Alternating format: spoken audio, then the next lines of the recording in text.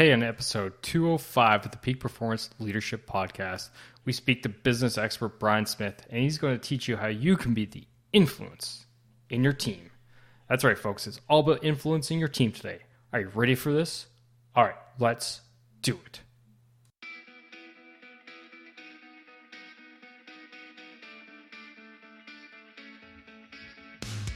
Welcome one, welcome all to the Peak Performance Leadership Podcast, a weekly podcast series dedicated to helping you hit peak performance across the three domains of leadership. Those being leading yourself, leading your team, and leading your organization. This podcast couples my 20 years of military experience as a senior Canadian Army officer with world-class guests to bring you the most complete podcast of leadership going. And for more, feel free to check out our website at movingforwardleadership.com. And with that, let's get to the show.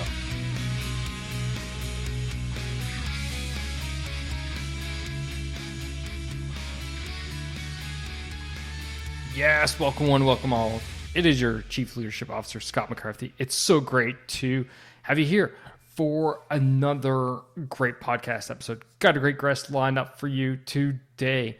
But before we dive in, got a question for you. That's right, you, talking to you, the listener out there right now. Are you lonely? Are you tired of having a horrible supervisor? Are you tired of not having a place to go to talk with other like-minded leaders? Right? Do you deal with imposter syndrome? I'm not good enough for this. Okay? I have the solution for you. And that is getting together with other like-minded leaders like myself and discussing these issues face to face, or as much as what we can do in this day and age. And that is why I'm letting you know that right now, pre-signed up, I'll call it, is open for the Leader Growth Mastermind. That's right, Leader Growth Mastermind. I'm going to be launching this thing in the near future for you, the audience, to help you overcome the hurdles that you're struggling with on a day-to-day basis as a leader. Whether that is leading yourself and not having time for yourself, not having a great decision-making process, whether that is leading your team, you're not communicating effectively, not dealing with conflict effectively, or leading your organization, you're having trouble establishing that culture that you want, having trouble establishing those goals for your culture and getting your team to move towards them. The Leader Growth Mastermind is going to help you overcome all these deficiencies. Why? Because you're going to get together with people like myself who have been there, have done it, and have gotten past it. But that's not just it. You're going to have the opportunity to help them and help me to grow and be better, because you're going to bring your experience, which is different than everyone else's. And together, in an iron sharpens iron mentality, we are going to be the best leaders we can be. So if you're interested, you want to sign up to learn more, go to movingforwardleadership.com/mastermind, and you're going to join a mailing list. And what that's going to do is, once more I'm ready to push out more information, you're going to be the first to know. Again, movingforwardleadership.com/mastermind. Get ready, because it's coming, and we are going to move forward together. All right, enough of that. Let's dive into today's episode. So we're talking to Brian Smith. He's a business expert. He began his career as an accountant, but you know what? It wasn't for him. So he went on and became a consultant, and he's essentially helped over 18,000 business owners in his time. 18,000. He's got a PhD in organizational psychology, a master's degree in management IT information system, and he's a certified Six Sigma master and black belt consultant. This guy, if there's a qualification for it, you know he's got it. And today we talk about, well, first off, interesting thing, he's gone to Summer Crazy, guess what? Spoiler alert, I'm not going to spoil it. So you're going to have to listen to find out this crazy place where he went to. But we talk about why leaders should be the I in team. And when we say I, we mean the influence in their team and why it's important, why SMART goals are not the end all and be all, and why understanding your role is crucial, how to delegate like a pro, strategies to find time to be better prepared as a leader, and so much more. Today, you're going to learn how to be that influencer in your team. All right, so you ready for this?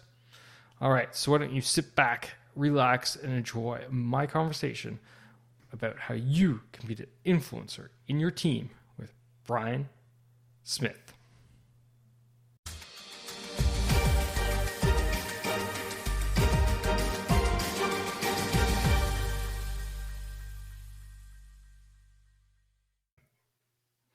Brian, welcome to the show. So good to have you here, sir. Oh, thank you, Scott. So, kicking off, I got to ask this one question. Antarctica? Really? Yes. We were just talking before I hit record, and we were both basically complaining about how cold it is right now. And you are talking about, you've been to Antarctica. So one, why? And two, what was that experience like out of curiosity for myself? Yeah. So back in the 90s, one of my first companies, which was an IT and ERP implementation company, we did work for NOAA, and we managed an infrastructure upgrade in one of their sites up in Antarctica. So it was in the summer, but it was still cold, and it was an interesting trip, to say the least. I can imagine it would be an interesting trip, but that's pretty neat. That's pretty, that's something that not everyone gets to say that they've done. Very few people in reality get to say that they've been to Antarctica. So, nah, kudos to you. Congratulations, I guess you get that kind of check in the box per se. Yeah, thank But you. today, that's neat. But here we are. We're talking about leadership. We're talking about hitting peak performance. So leaders out there can motivate, inspire, deliver results to their organizations, to their bosses, but most importantly, of course, to their team. And you wrote a book, and the underlying part of the cover page says, "Be the I in team." Now, how many times have we heard there is no I in team? So where did this come from? That standpoint. Yeah, well, first it's a play, obviously, on there is no I in team. And we have a few beliefs in our work. One is that individual has a dual meaning. One, ourselves as a single person, and two, when we work together with other people, we are working individually as one together. So we believe that dual meaning is constantly going back and forth. As humans, obviously, we have a propensity to have that I, me. But the reality is that I am a the result of all the we's in my life. And the I in team is not necessarily individual, it's influence. And it's be the influence in those teams, and be the influence in whatever that team makes up. Yourself, if you're a single person team, or if you're a bigger part of a lot of different people. No, I actually really like that. And I want to hit on the influence part. So, why is being influential as a leader so important for the leaders out there? Yeah, well, for one, it's important to all people. The biggest responsibility we have as a human is our influence. So, understanding that first should set the stage on how important influence is. Take that to the next level when we have authority or responsibility of authority over people. That influence gets escalated, and the responsibility we have is amplified because the ripple effect of our actions, our words, and the things that we do and say every day at all times influences the people that work with us and for us. If it's peers, if it's subordinates, if it's partners, if it's customers, if it's vendors. But our influence as leaders can have this ripple effect that can affect lives, even unintended. So it's very important that we understand the influence we wield, especially when we have leadership responsibilities. Yeah, no, I couldn't agree with you more. And I think that's probably one of the things that almost gets underestimated how much influence we actually do have, especially for the new leaders out there or the very humble leaders out there. They don't realize the amount of impact that that they can have on an individual, their life, their family life situation, and not just the work life situation. So, with that, how, what are some of the best ways the leaders out there can make sure that they are influencing in the right ways and not necessarily the wrong ways, per se?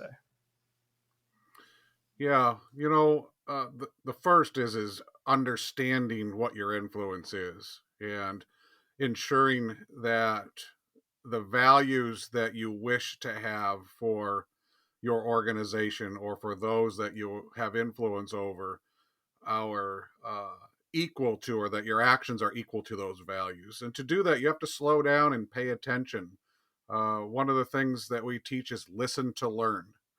um, you know, uh, Listen to understand what it is you're responsible for, what the people that you have responsible leadership to are responsible for, so that when you give them direction or you delegate to them, that you do understand the context by which you're doing that. The other thing is we are a firm believer that smart goal setting, which a lot of us know about and have heard about, is really a verb. It's not really a goal setting program for us. It's actually an action item. So when we speak or do something, we do it with smart in mind, that we're specific, measurable. The things that we're talking about or asking for are attainable and realistic, and they can be done in a timely way that is clearly understood by all parties. I really like that last bit. And in fact, I have a goal setting course which I developed for the listeners out there. If you just go to movingforwardleadership.com/power, and power is an acronym. And when I was trying to achieve some goals, I struggled because you hear about the SMART goal setting program, acronym for God. It's been around for decades, right? And everyone talks about it, and it's just like, this is not doing it for me. And then I came to realization that's just one variable of the whole equation, right?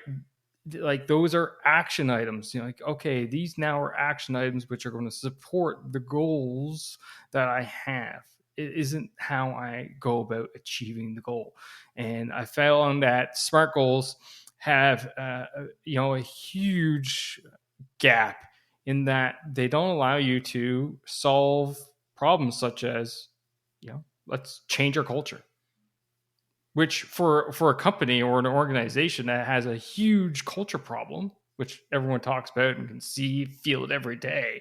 It's like, okay, we have a goal, let's change our culture. We're like, all right, let's put a SMART goal to that. Well, you can't put a SMART goal to change your culture, but you can put a SMART goal to the individual actions that go behind the goal of changing your culture. So I really like that part of the book, actually. So, we talked a lot about influence out and so on and so forth. Let's talk a bit, because in your book you talked about, for the leaders out there, understanding the responsibility. So when you say that, what do from your standpoint, what is it that you actually mean by understand the responsibility? Yeah, well, I think when you get a promotion or you are become the leader of people, you gain this responsibility. And it goes beyond just the influence you have over people. You're now responsible for providing those people or teeing up for those people their ability to come back every day and repeat and do what they are hired for, what you manage them to accomplish.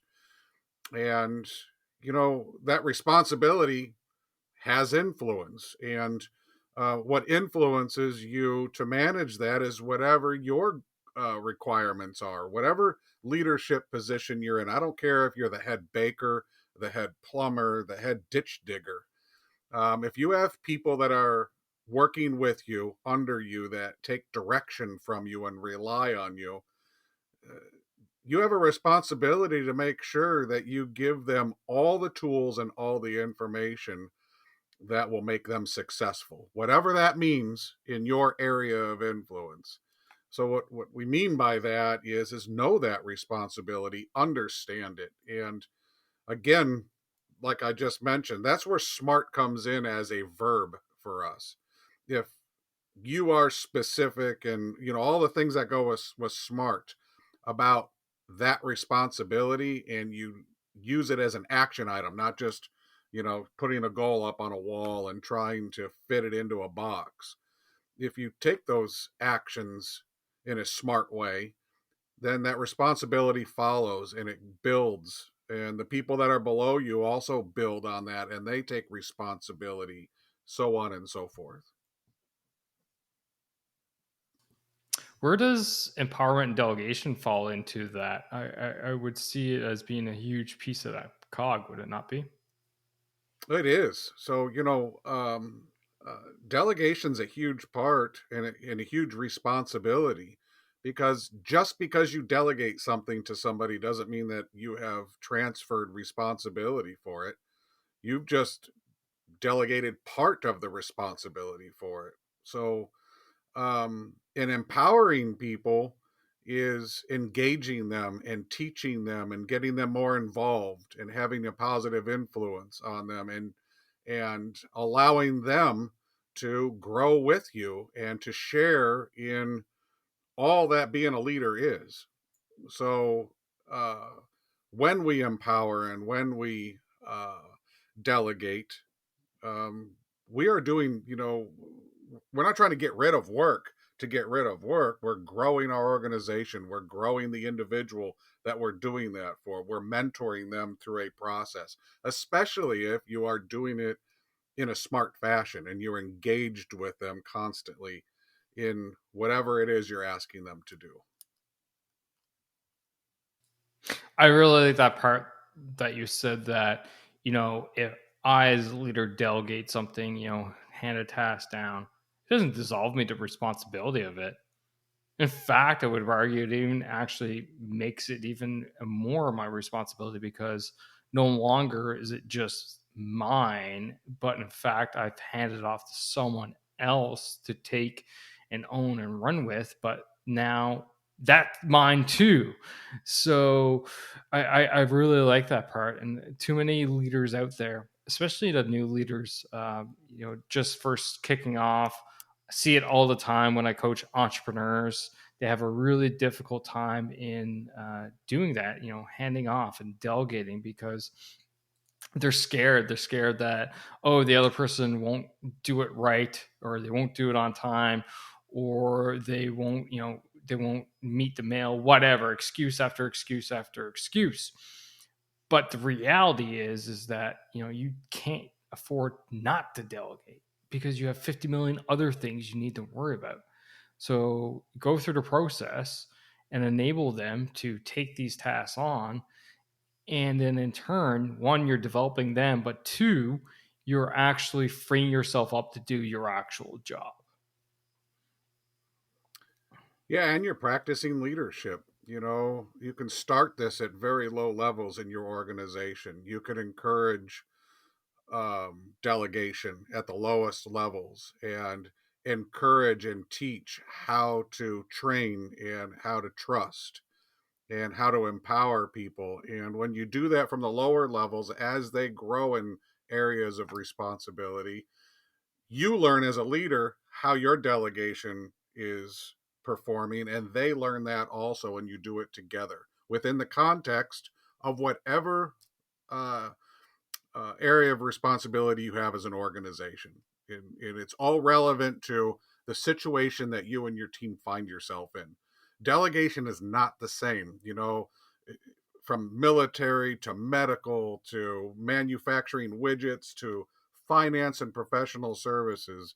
It's amazingly different, but it's if you learn delegation within those areas where you have influence, you'll become very good at them, and you become a good leader in that particular area of influence. Yeah, I know, absolutely agree with you. I want to shift gears a little bit. And one of the things I often like to talk about on this podcast is failures and pitfalls and such, because I always find the best teacher out there, as long as you're up for it, is our failures, right? How we learn from them. So, with your experience, what are some of the key things out there that leaders should be watching for to make sure that they're actually not doing it themselves, You mean not failing? not failing or not falling into these traps, these pitfall type things? Yeah. So, well, for one, is slowing down and understanding the capabilities of your team and yourself. Um, if that understanding it doesn't have a foundation in reality, you're going to make decisions that are dangerous, that have risk inherent in them. I can't walk out this door and give a task to just anybody to do any task in our organization. I have to understand what people's capabilities are, and if I don't care to learn about our people and about their capabilities and understand their strengths and their weaknesses, their fears, how they react to challenges, how stress affects them, how all the different variables that go into decision making, then I inherently have risk, and I inherently set myself up for failure or disappointment, and which in turn are the traps and the pitfalls. And leaders that do that don't take the time to have that understanding, are the ones that find themselves micromanaging and not actually trusting to delegate, because their delegation or their direction to others fails so often because they haven't prepared themselves, that they finally just say, well, I can't trust anybody to do what needs to be done. And it's a vicious circle. So um, having clear understanding, knowing your teams, understanding the processes and the procedure, being clear and direct in your leadership and in your explanation and in your delegation will set you up for less failure, because you're never going to wipe out failure, Scott. You're always going to have setbacks. There are too many variables that are out of our control in today's business world. Ooh, I like that. I like that last part. Now, you said something earlier that spiked my interest. I want to jump into that, and that was, essentially, we need to do our homework. We need to be prepared, and but then you kind of countered yourself with, we can't be prepared for everything, because no matter what, we're going to make a failure. So, for the leaders that are listening, like, man, gotta be prepared. I don't got time.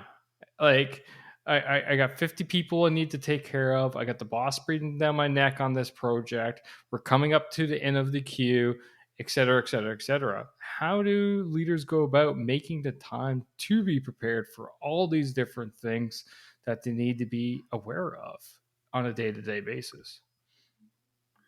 Yeah. So if I had somebody come to me and said they had 50 people that they had to be responsible for, that's just too many direct reports, first of all. And I would challenge them to shore that up and to build into that some leadership that shared that responsibility downline to help manage a team that was that large. Um, Secondly, is um, if you don't have time to focus on your area of influence, you've developed an area of influence that is much too large for you. And you have to really slow down and look at the scope of where you're at in your area of responsibility and think about that area of responsibility more practically. And if you say to me, I don't have time to do that, you're already telling me that you're way beyond what your area of responsibility should be as a leader. And that I would urge you, it's the most important thing you could do is slow down and really think about what you've done to yourself, what corner you've put yourself in, and what parts of your area of responsibility can be outsourced, can be delegated. I mean, you can do outsourcing certain things that can help take that pressure off and give you better focus. Have somebody come in and help you have that 30,000 foot view and understand why you're overwhelmed and where it's coming from, because we lose the forest through the trees, and it usually happens when we're overwhelmed and we've painted ourselves into that chaos corner that oftentimes small business leaders find themselves in. Yeah, I definitely agree with everything you had to say. Sometimes it's just difficult to, as you said, see the forest for the trees type thing. Take that step back, have a look at everything that you're responsible for, have a look at your whole sphere of influence, your requirements, et cetera, and really go, okay, is my organization structured properly? Am I doing the right things? Am I doing the things right? Because sometimes certain aspects is like, wait now, like I suck at, whatever, I suck at finances, but yet here I am spending all day with my nose in the budget and the books and all this. Like, well, bring a finance guy on, you know, you know, cut that off to the side. That's their responsibility. They'll keep you informed of all the big issues and stuff like this, but then that frees you up to do other things, to move away from your weaknesses and really focus on your strengths. I like that part about if you got 50 directs, yeah, definitely you want to maybe throw a layer in there for sure. Um, I kind of come with the mentality though, regardless. So let's say you had a couple layers of management in there with the 50 people. I still look at it as my 50 people if I'm responsible as the overhead type thing. But again, I come from a military background, so you ask me how many people am I in charge of, I'll tell you 25 right now. But there's about 10 different layers between me and the person at the bottom of that totem pole. But that's just how we roll. Right. Another thing that I definitely would like to tackle in this interview is the idea of culture, organizational culture, and how we can, as leaders, obviously we have a huge part to play in the culture and influencing our culture. So what are some of the best practices out there? Because I feel like there is a lot of talk on organizational culture these days. There's a lot of change, a lot of pressure for change. And with that, leaders need to be there. They need to be at that tip of that sphere of, pushing the culture change towards, and moving forward in the right direction. So, what's your best advice for the leaders out there with organizational culture change? Well, for one, set values and hire to those values. And there are no, everybody has a different moral compass and everybody has different values, but they're not dramatically different. I mean, most of us believe in the same things, honesty, integrity, hard work, uh, uh, uh, doing the right thing if somebody's not looking. I mean, there's all these little acronyms and sayings that go with it, but define what that is for your company and make it part of all that you do when you hire into your company and when you sell your company to customers and when you bring on partners that work with you.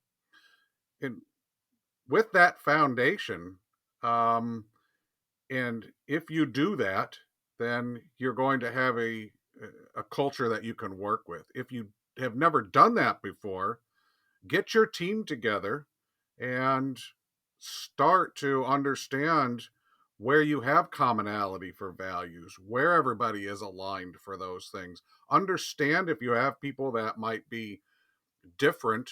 You don't have to fire them or get rid of them, but if you understand them, you can incorporate maybe what their thoughts are or what their ideas are.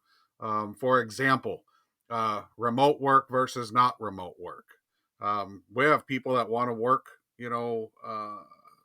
from home every day, and they'll tell me they're the greatest workers in the world if we could just let them work from home. And we have team members that want to be here every day. So we had to find a hybrid for that and offer that hybrid for that, and met them in the middle, and it became part of our culture. Um, our team needed, support. They needed to vent. They needed to talk about frustration that they had. We created a one-on-one structure that's part of our culture. Um, we had people that need to, and all organizations have this, that need to have kudos and a slap on the back, and they want to express the gratitude and how they feel with their peers. We have a gratitude group, and you can come and go as you please. And it's created this outlet for people to share these positive things that happen for them. And we have some people that go every week. We have some people that pop in once a month, but it's part of our culture. And you can create all of these things as the champion, and you don't have to participate all the time, but you give your team the ability and the flexibility to engage and to grow within whatever those values are, whatever those tools are that you can provide them. And you will create a culture that is based on the people you have and the goals you have as an organization. So what I'm hearing from you is, one, take ownership of that change, but two, empower your people to be part of it and listen to them and enact on, that direction that, they believe the organization should go in, which Yeah, makes give them absolute sense. flexibility. They're doing the heavy lifting, right, Scott? I mean, Absolutely. as the leader, I don't do the heavy lifting for our organization. The heavy lifting's done in the trenches with our consultants for IA or some of our private equity holdings. We have construction companies. We have guys that are out swinging hammers and carrying drywall, and uh, you know they do the heavy lifting. And so we have to listen to what is going to keep them balanced and keep them motivated and keep them engaged. Because if we don't, then the heavy lifting can't get done. I always say, my people are the reason for our success, and I'm the reason for our failure. And the whole premise of that is, yeah, you're exactly right. They're the one out there doing the job, doing the heavy lifting. In my world, they're the ones that are loading up aircraft pallets. They're the ones that are fixing vehicles. They're the ones getting supplies ready. They're the ones doing all this stuff. Whereas I'm the one that's kind of, helping do the plan and interacting with the boss and taking all the phone calls, and generally, which aren't necessarily the nicest ones all the time. But end of the day, that stuff is, it's white noise. It's it can be important for sure, and often is important, but it's not the results at the end of the day. It's not the actual physical results. It's my people that are doing that. So they're the ones that are making our success. And if I Right. don't give them the tools, if I don't give them, whether that's physical tools or psychological tools, if I don't, make the space for them, if I don't do this or that or the other thing that impedes them to be able to do what it is that they're supposed to do at that given moment, then we're going to fail. And that's on me. Not them, but on me. Right. Awesome. Awesome. Yeah, and how Go ahead. no, I say how you treat them resonates, Oh, and 100%. it sets the tone. So, and when you do that, it's like dominoes, and it is picked up on and it's carried again and again. Your team will mimic good behavior, but they'll also mimic bad behavior, and that's also part of your culture. Absolutely, for sure. It drives it. Now, talking with culture, a lot of organization cultures right now are under a big force of change due to the ongoing situation, which you hinted at a little bit with the COVID-19 pandemic that's still unfortunately going on. I'd love to get your thoughts out there for the audience, because you did write a little piece in your book about COVID-19 and being influential in organizations, stuff like that. So what, from your standpoint, how can us leaders lead our teams through this? Well, again, by example. Look, people are afraid. Some aren't. It's like politics. There's people on every side, everything in between.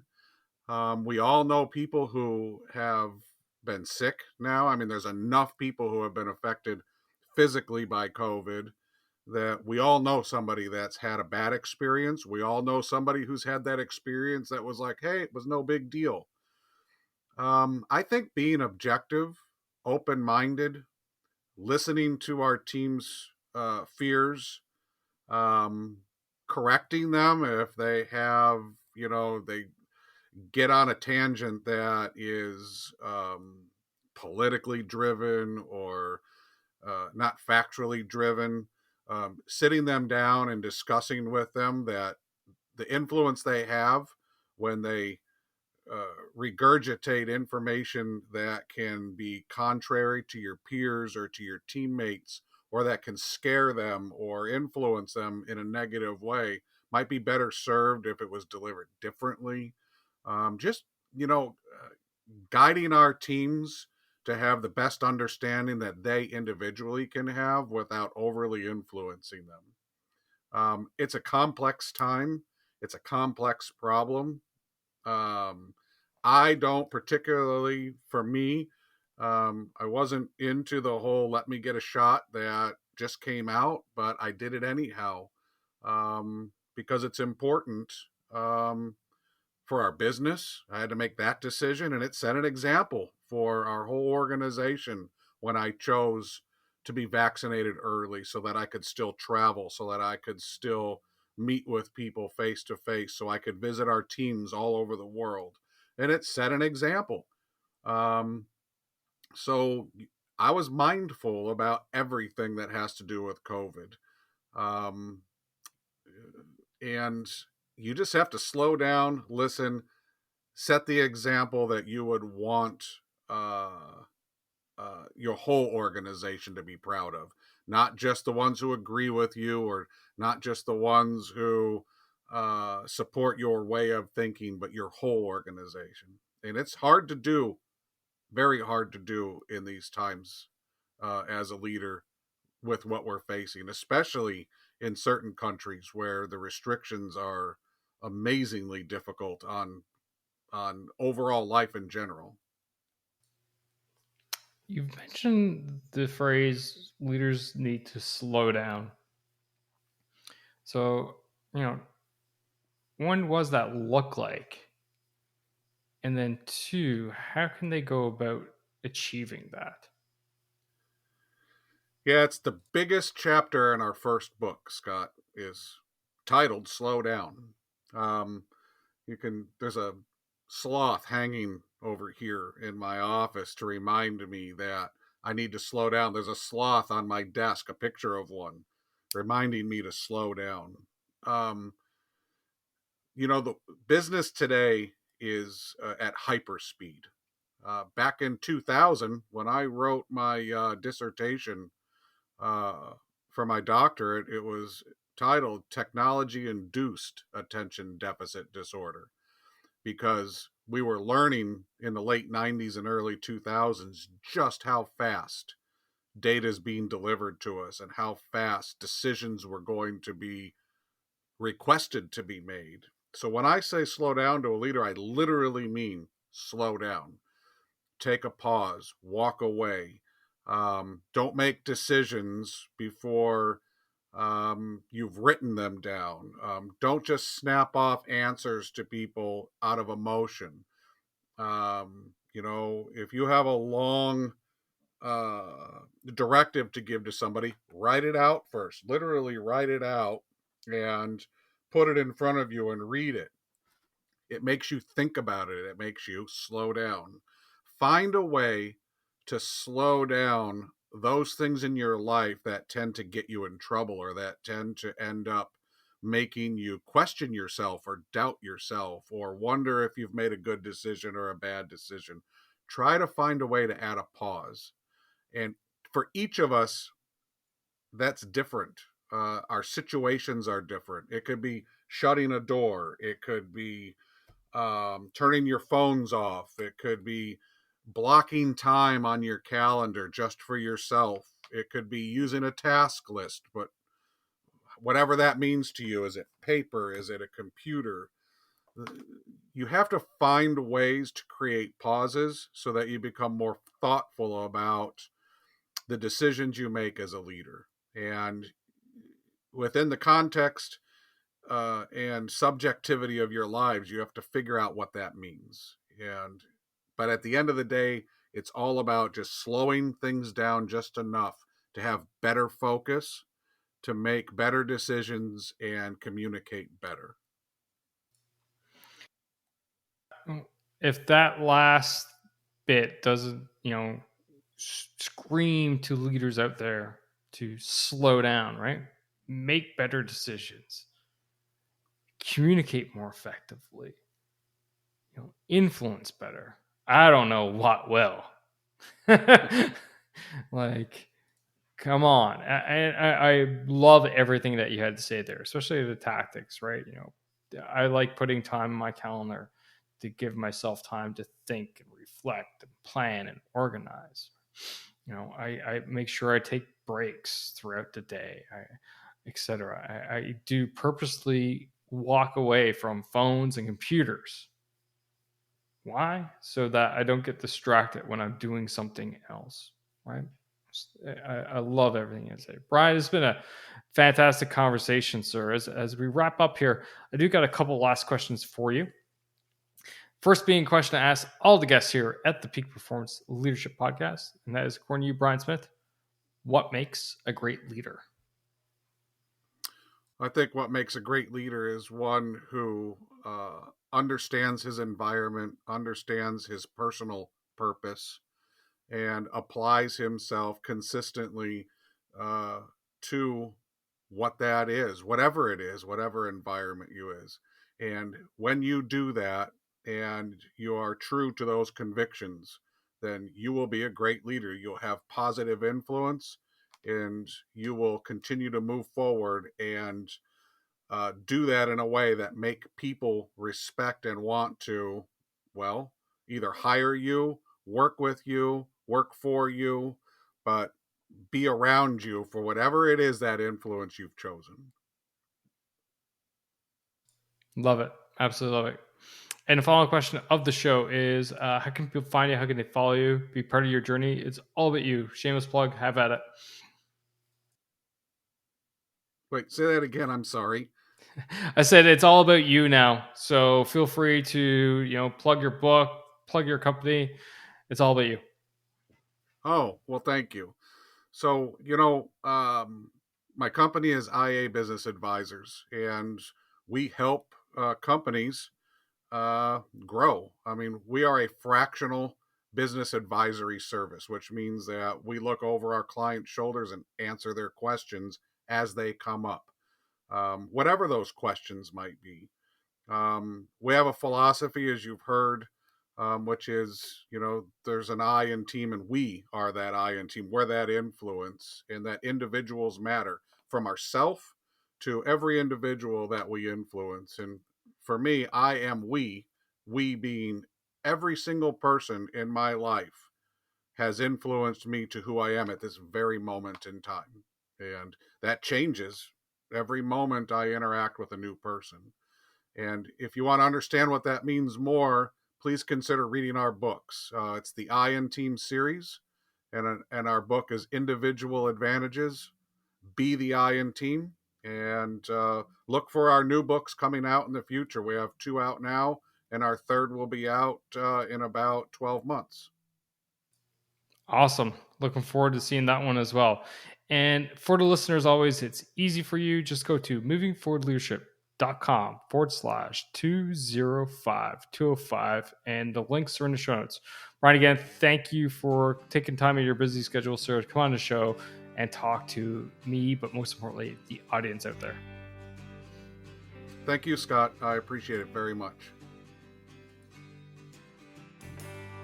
And that's a wrap for this episode, ladies and gentlemen. Thank you for listening. Thank you for supporting the Peak Performance Leadership Podcast. But you know what you could do to truly support the podcast? And no, that's not leaving a rating and review. It's simply helping a friend. And that is helping a friend by sharing this episode with them if you think this would resonate with them and help them elevate their performance level, whether that's within themselves, their teams, or their organization. So do that, help me, help a friend, win-win all around, and hey, you look like a great friend at the same time. So just hit that little share button on your app, and then feel free to fire this episode to anyone that you feel would benefit from it. Finally, there's always more. There's always more lessons around being the highest performing leader that you can possibly be, whether that's for yourself, your team, or your organization. So why don't you subscribe? Subscribe to the show via movingforwardleadership.com/subscribe. And until next time, lead, don't boss, and thanks for coming out. Take care now.